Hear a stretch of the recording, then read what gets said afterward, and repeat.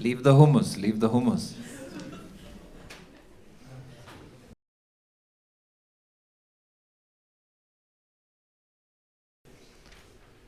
Okay, this part will be in Lithuanian, so ask your friends to translate whatever they can. Dabar turim svečią Ievą Koreivaitę, VU Tarptautinių santykių instituto TSPMI dėstytoja ir politikos mokslų daktarė.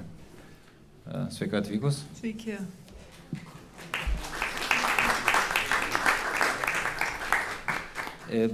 Mes vėliau leisime įrašą su profesoriumi Egdūnu Račiumi. Jį įrašėme prieš kelias dienas ir iš esmės turime tuos pačius klausimus ir Ievai. Tai galim pradėti nuo pačio paprasčiausio, kokios buvo tavo mintys pirmosiomis šių įvykių dienomis ir ar tikėjais to, kas dabar vyksta? Tai mintis tai buvo, pirminės mintis buvo tos, kad turbūt kartosis tas, kas buvo 2014 metais per konfliktą ir buvo pirminė mintis, kad gali būti, kad Palestinos neliks. Tai mano buvo pirma tokia mintis, o paskui, kai pamačiau mastą Hamas išpuolio, supratau, kad turbūt dar didesnis pavojus Palestinai. Tai man buvo tas labai toks skaudus momentas ir aš iš karto savo Facebooko paskyroje parašiau Palestina. Ir tada augant Izraelio civilių aukų skaičiui, supratau, kad man teks sugerti nemažą smūgį. Taip ir buvo. Buvo tokia didžiulis srautas labai baisių komentarų. Ir tą patį padarė dar mano viena draugė, kuri keliauja po vidurio rytus labai daug ir mes maždaug tuo pačiu metu pasirašėm tą patį žodį. Ir Laurynas Kasčiūnas vėliau įvardijo mus, per aplinkui, jis nesakė tiesiai mūsų pavardžių, bet mus abi apibūdino savo tokiam statemente, kad mes sukūrėm teroristų kodą Lietuvoje. Žodžiu, įvardijo mus kaip nacionalinę grėsmę dvi, bet iš tikrųjų buvo labai daug spaudimo, labai daug asmeninių žinučių, laiškų, labai daug pykčio. Ir tada, kaip tik, kai filmavom Narą vėliau, tinklalaidę, žodžiu, kalbėjom apie šitą konkrečiai konfliktą, tai ir Karolis Vyšniauskas sakė, kad, sako, susilaukiau mažai piktų komentarų, kas keisčiausia, sako, tai dėl to turbūt, kad jūs ten dvi tą smūgį pirmą sugėrėt ir, žodžiu, ten visi išsivedino ir buvo jau daug mažiau to pykčio, bet jo, tai toks, ar buvo tikėta ar netikėta, tai kad įvyks tas kažkas jau bręsta, tai čia buvo akivaizdu, visi turbūt, kas seka įvykius, kas vyksta Palestinoje, visi jautė, kad kažkas artėja, nes negali būti taip, kad iš Izraelio pusės spaudimas didėja, o nėra reakcijos. Tai iš tikrųjų aš laukiau, žinojau, kad kažkas artėja, bet kas tiksliai, aišku, buvo. Ne vienas palestinietis man buvo minėjęs apie tai, kad realiai laukia trečiosios intifados, bet turbūt, pavyzdžiui, aš asmeniškai tai tikėjausi, kad tai vyks vakarų krante, tas atsakas Izraelio vykdomai tai vis didėjančiai aneksijai ir vis didėjančiam spaudimui, bet štai ir suklydom, negalėjom žinot. O apie tą spaudimą ir atmosferą Lietuvoje gal galėsim vėliau pakalbėti.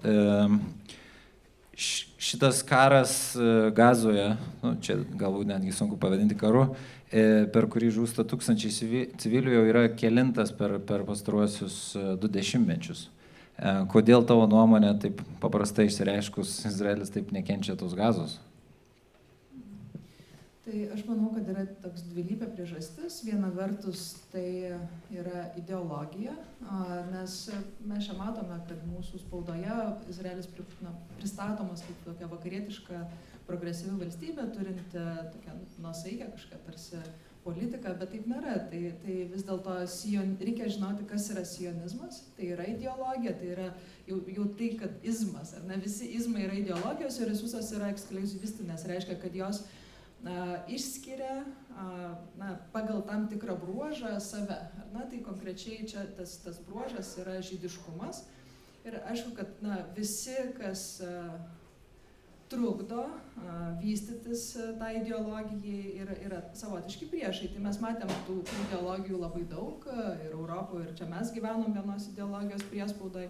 Tai visos tos ideologijos yra radikalios ir griežtos. Ir dabar, jeigu pasižiūrėtumėt, pavyzdžiui, valdančios koalicijos sąrašo partijų, tai yra dvi itin radikalios sionistinės partijos ir kitos, vis tiek vienaip ar kitaip yra susijusios su sionistiniu mąstymu, o sionistinis mąstymas, aišku, jis visiškai atmeta kitą, ar ne? Tai netgi patys piliečiai Palestinoje, atsiprašau, Izraelyje yra arabų palestiniečių, kurie turi Izraelio pilietybę, ten apie 20% berods, ar ne, ir Libermanas yra, atrodo, pasakęs, kad jisai norėtų išpirkti tas pilietybės iš arabų palestiniečių tam, kad tai būtų tikrai žydų valstybė. Tai yra toksai labai, labai griežtas ekskliuzivistinis požiūris, kurio netgi, aš manau, Lietuvoje ne visi žino, kas tas sionizmas, kokia tai yra ideologija, maišo su judaizmu.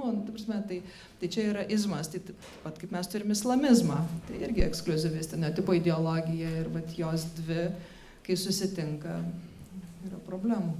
Ar galima būtų tokiu atveju sionizmą vadinti iš esmės rasistinė ideologija? Tai ir yra rasistinė ideologija. Netgi 2019 metais Knesetas išleido konstitucinio lygmens įstatymą, kuriuo buvo pasakyta, kad teisė į saviraišką, savirealizaciją turi tik tai žydų tautos asmenis. Tai kitaip tariant, yra segreguojama nepilietiškumo pagrindu, kad pilietis turi vienas teisės, nepiliečiai turi kitas teisės, politinės ir saviriškos teisės. Tai čia sako, kad nesvarbu, kas yra pilietis, tik žydai turi išskirtinės teisės valstybėje. Tai yra rasistinė tipo ideologija. Ir įstatymais patvirtina, nekalbant apie tai, kad yra sisteminis diskriminavimas, kuris nebūtinai yra įstatyminis, bet jisai vyksta. O tai ar Izraelis visuomet yra pristatomas kaip vienintelė tam regione veikianti demokratija? Ar galima tada tokią valstybę vadinti tą demokratiją, ar tai yra teisingas pavadinimas? Tai yra tikrai procedūrinė demokratija, bet mes procedūrinių demokratinių turim tikrai daug vidurio rytuose.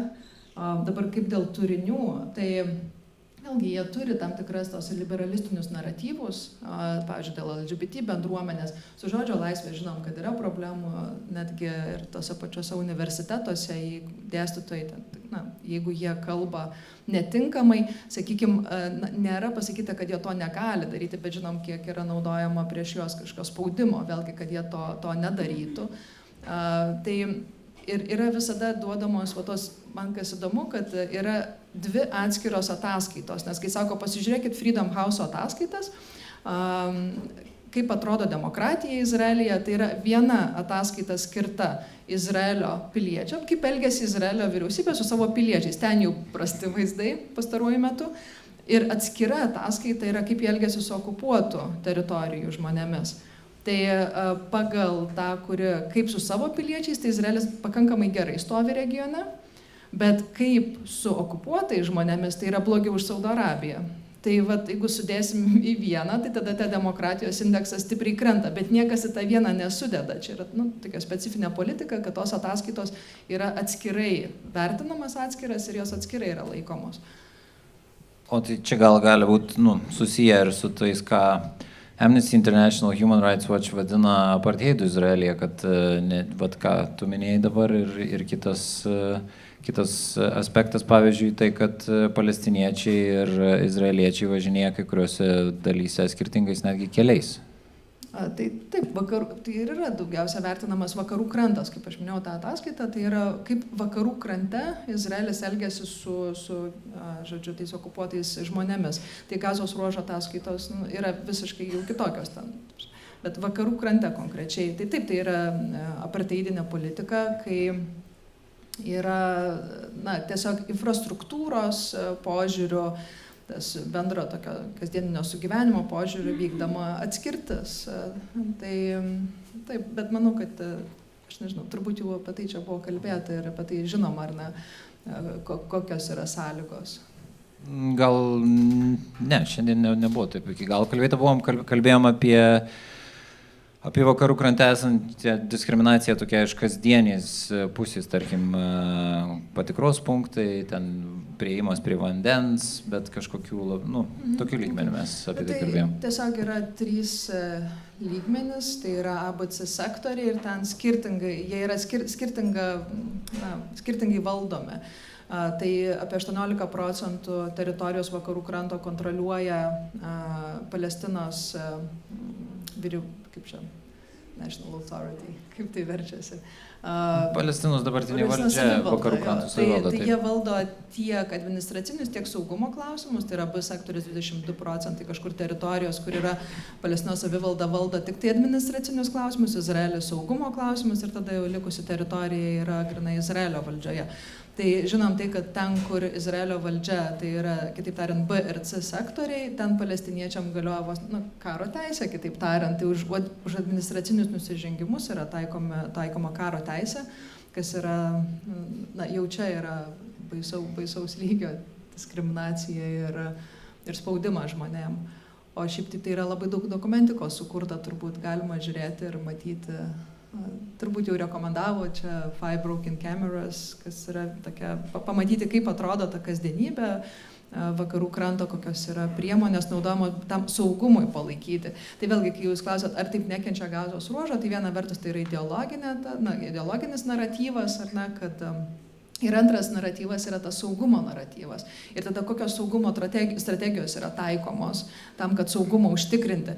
Vėlgi čia reikia pasakyti, kad pačiame Izraelyje egzistuoja skirtingos tos partijos ir jėgos ir vieni mano, kad saugumą galima užtikrinti per būtent apartheidinę politiką, per spaudimą, didžiulį spaudimą, tokį demoralizavimą, visišką sužlugdymą, kad per tai galima pasiekti savo piliečiams saugumą, tai yra vieno tipo saugumo strategija, tai yra dešiniųjų, ir tada yra kairiųjų saugumo strategija, kurie iš tikrųjų yra ir kalba tam pačiam Izraelyje, kad reikia suteikti palestiniečiams tam tikrą viltį ir tai sukurs Izraelyje saugumo. Tai sakykime, kai mes kalbam apie valstybių teisę egzistuoti, tautų teisę įsivalstybinti, tai netgi nereikia taip labai radikaliai žiūrėti vieną arba kitą. Tai galima kalbėti apie tai, kad tas saugumas gali būti pasiektas ir palestiniečiams suteikiant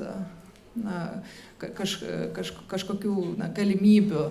Nes vėlgi čia, kas Lietuvoje yra ištransliuojama, kad arba vieni gyvens, arba kiti gyvens. Negali būti, kad ir vieniem ir kitiem bus gerai, ir tai yra vienas iš tų tokių naratyvų pateisinančių smurtą prieš palestiniečius, kad jeigu mes nenaudosim prieš jo smurto, reiškia, mes nebeegzistuosim Izraelis kaip valstybė. Tai yra dešiniųjų tezė ir yra kairiųjų tezė, kurie sako, kad mes galime egzistuoti kaip Izraelis kaip valstybė ir Palestina gali egzistuoti. Ir tik neaišku, kiek tos vilties, kad tie kairieji ateis į valdžią Izraelyje. Turbūt žiūrint paskutinius, kiek Izraelis paskutinių valdžių turėjo, tai vis dešinyn ir dešinyn. Taip, radikalėjo. O grįžtant prie to saugumo ir Gazos, Izraelio dabartinius veiksmus turbūt negalima, sunkiai galima pavadinti simetriškais ir jie ir per praeitus Gazos bombardavimus irgi nebuvo simetriški. Koks galėtų šį kartą būti galutinis Izraelio tikslas šitos operacijos ar to, ką jie vadina karu? Tai atsakas niekada nebuvo simetrinis, nes, sakykime, palestiniečių niekas nesaugo nuo to, kad jie būtų pavadinti teroristais arba, jos galima apkaltinti karo nusikaltimais ir niekas nuo to palestiniečių neapsaugo. Kita vertus, Izraelį nuo to, kad jisai būtų pripažintas karo nusikaltimus darančią valstybę, saugo JAV kaip partneris. Tik tai JAV? Vetuoja vienareikšmiškai visas rezoliucijas, kurios yra išleidžiamos jungtinėse tautose, vetuoja JAV ir tokiu būdu apsaugo Izraelį nuo to etapo, kad jungtinės tautos galėtų perduoti Izraelio keisą tolimesniam institucijom. Tai iki tų tolimesnių institucijų niekada nenueina Izraelio keisas, nes JAV vetuoja. Tai jeigu nevetuotų, tai realiai Izraelis turėtų valstybės darančios karo nusikaltimų statusą ir valstybė turinti tokį statusą prilygsta teroristiniai organizacijai savo statusu. Tai būtų, tada būtų gal kažkaip tas vaizdas kitoks, bet Izraelis yra apsaugotos nuo tokio statuso ir iš esmės dėl to jisai savo ir leidžia tą tokį neadekvatų atsaką kiekvienu atveju. JAV dėl lobizmo. Tai yra, JAV veikia vadinamas Izraelio lobizmas, jo niekas net nevadina žydų lobizmu, dėl to, kad jame dalyvauja tikrai ne vien žydai, jame dalyvauja ir krikščionis, ir yra ir musulmonų. Tai yra tiesiog interesas turėti ten Izraelį ir jį apsaugoti nuo bet kokių pasiekmių, tam, kad jis ten išliktų ir galėtų būti. Nes reikia pripažinti, kad Vidurio rytų regionas yra totaliam chaose. Ir jau labai netgi, aš atsimenu, kažkada studentam rodydavau tokį filmuką, kur bandydavau paaiškinti, kokie interesai kieno regione. Ir ten ties kokią 15 minutę viskas, visi pasiduoda, nes tai yra neįmanoma suvokti, kaip yra susipynę visi interesai. Ir tai viena iš priežasčių, kodėl tas Izraelio lobizmas yra JAV, visi egzistuoja. Ir jisai yra labai labai stiprus, nes negi tas pats Obama, pavyzdžiui, man tas buvo toks įdomiausias pavyzdys, gal esat girdėję apie Edvardą Saidą, tai yra toks postkolonijistinio diskurso tėvas, kuris kalbėjo apie tai, kad reikia iškonstruoti tą mąstymą apie vidurio rytus. Žmogus, kuris buvo ir pats palestinietis, pro-palestinietiškas, beje labai, labai gražus yra su juo interviu ir video iš Palestinos. Ir jis bendravo su Obama prieš Obamos kadenciją. Jie bendraudavo, turėdavo susitikimus, pietus. Ir tada rodo, kai Obama tampa JAV prezidentu ir vyksta vakarienė, jis net nepasisveikina su Edvardu Saidu. Tai rodo, koks milžiniškas yra spaudimas JAV administracijai ir nesvarbu, ar tai yra demokratai, ar tai yra konservatyvusis blokas, visiškai nesvarbu, jie tiesiog negali sau leisti jokios kitos politikos Palestinos atžvilgių. Tai nėra prezidento institucijos tokia privilegija netgi apsispręsti, kaip jie reaguos. Tai dėl to, kad tas lobizmas yra įsišaknyjęs, jis labai stiprus ir neįmanoma kitaip. Matom, kad labai tai pačioje JAV visuomenėje yra pokytis ir tai pačioje ir žydų bendruomenėje JAV yra kitoks požiūris, bet sakau, čia net nežinau, kiek tai yra susijęs su požiūriu, tai yra matyti kažkokia labai labai stiprus ekonominis interesas. Paminėjai, žydų bendruomenė JAV, yra daug žydų organizacijų ir ortodoksų žydų ir ne tik, kurie yra prieš Izraelio politiką. Gal galėtum šiek tiek daugiau apie tai papasakoti? Jo, tai kai mes sakom ortodoksai, tai įsivaizduojam, kad va čia tie, kurie dešinieji valdo, tai čia ne ta hebra, yra dar kita, kurie sako, kad Izraelis gali egzistuoti tik tada, kai Mesijas ateis. Žodžiu, tada bus ta paskutinio teismo diena, kada tai ir įvyks. Ir iki to laiko jokia čia pasaulietinė valdžia negali Izraeliui kurti, tai iš esmės yra antivalstybininkai. Ir jų skaičius didėja.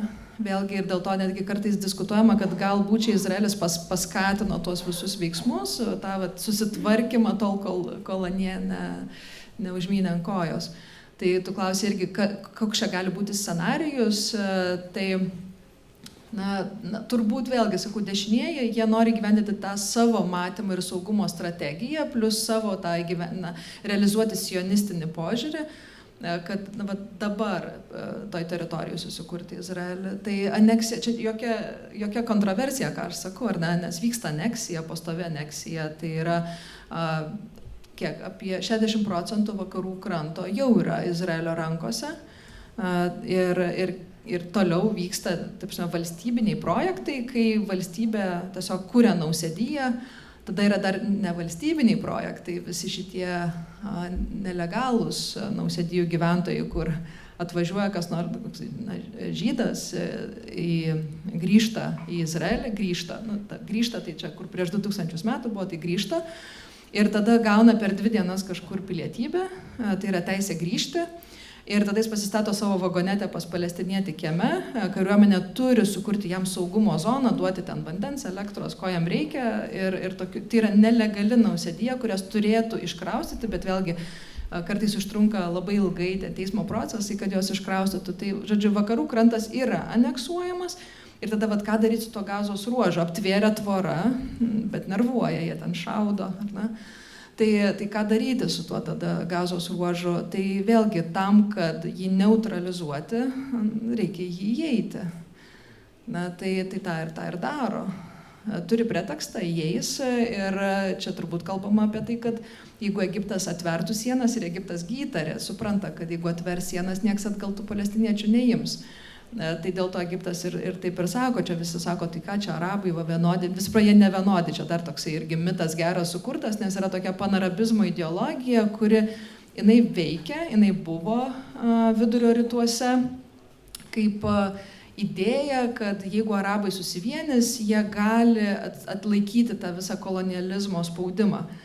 Bet tai buvo apologetinė, pasipriešinimo ideologija, o konstruktyvę ideologiją vis dėlto turėjo palestinietišką, egiptietišką, sirišką, bet labai dabar mėgsta sakyti, kad jie ten visi vienodi, tai iš tikrųjų aš labai noriu tai paneigti, nes tas nacionalistinis identitetas formavosi XIX amžiaus pabaigoje palestinietiškas ir vargiai galima sakyti, kad jisai buvo toks visiškai panarabistinis, kad čia mes visi vienodi, taip niekada nebuvo.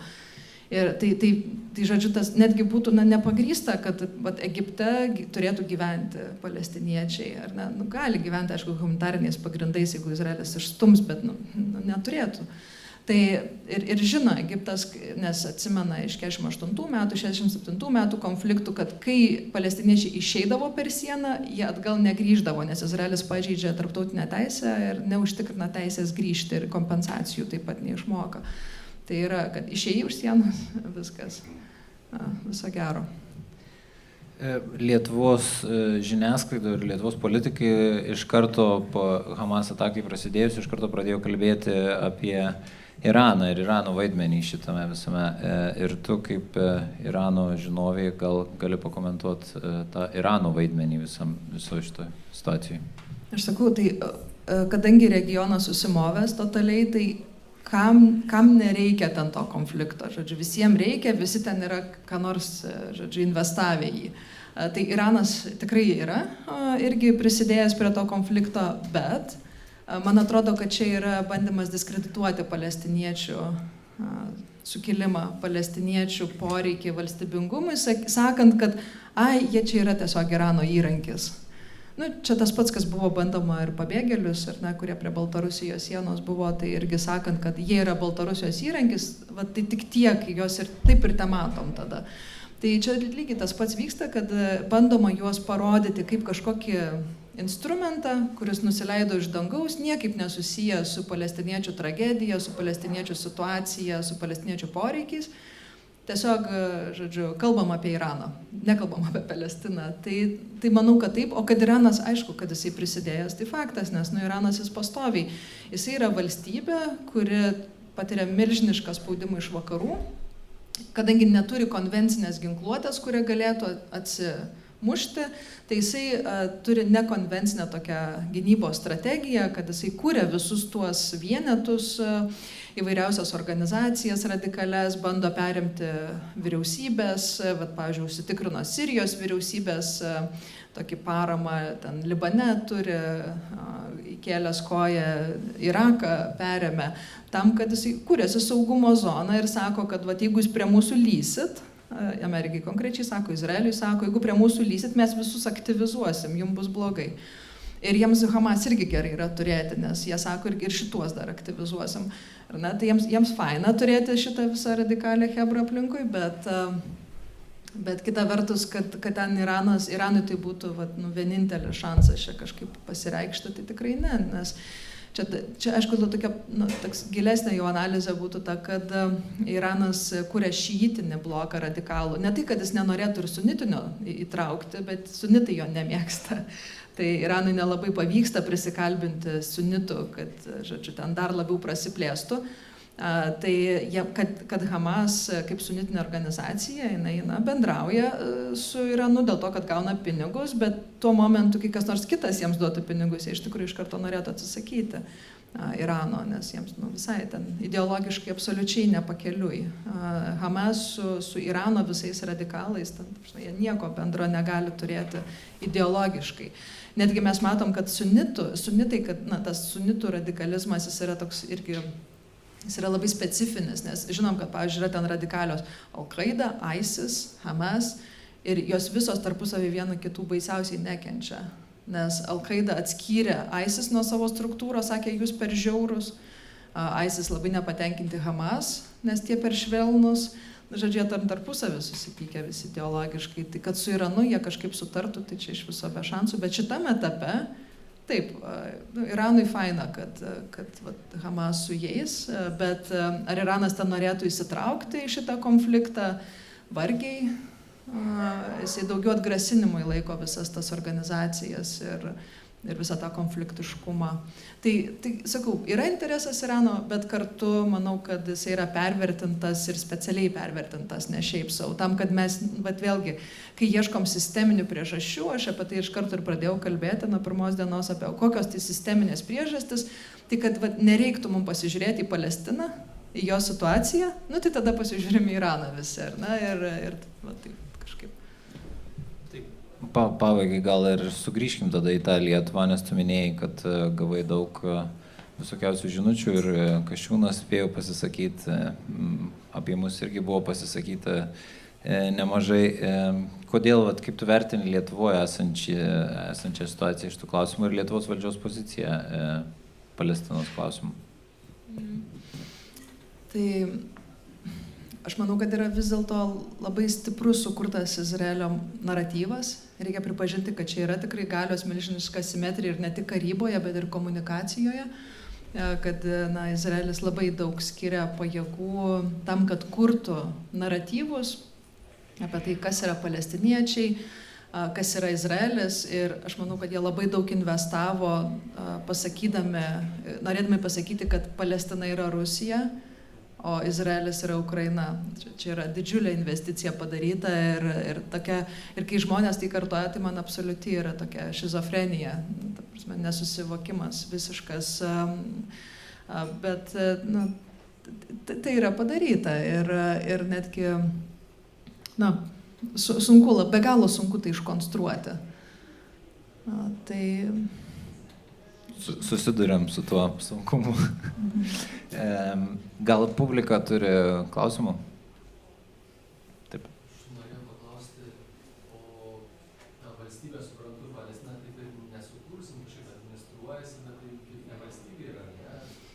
Pakartosiu klausimą. Klausimas buvo, kad Palestina yra valstybė ir administruoja save, ar nėra? Palestinos nepriklausomybės deklaracija buvo paskelbta 1988 metais iš Alžyro, buvo paskelbta ir ją iš karto pripažino berods 78 valstybės, dabar yra pripažinusios 130. Truputį mažiau negu kad Izraelį yra pripažinę jungtinėse tautose, tai jinai kaip ir yra pripažinta, bet JAV neleidžia jos pripažinti, nes šitą teisę palieka Izraeliui. Tai kol Izraelis nepripažins, tol JAV nepripažins. Ir kaip ir yra jinai valstybė, bet ir nėra. Ir kadangi kaip ir nėra, tai automatiškai jinai negali turėti visų tų institutų, kurios turi turėti valstybę. Ir be to yra blokuojami visi finansiniai srautai, kad galima būtų kažkaip remti. Palestina valstybė, kuri nekontroliuoja nei savo sienų, nei savo finansinių institucijų, jie naudoja Izraelio šekelį, Jordanijos dinarus. Tai ir neturi, pavyzdžiui, savo tarptautinių oro uostų, tos, kurios turėjo, jie buvo subombarduoti. Taip, ačiū tau, Ieva, kad čia atėjai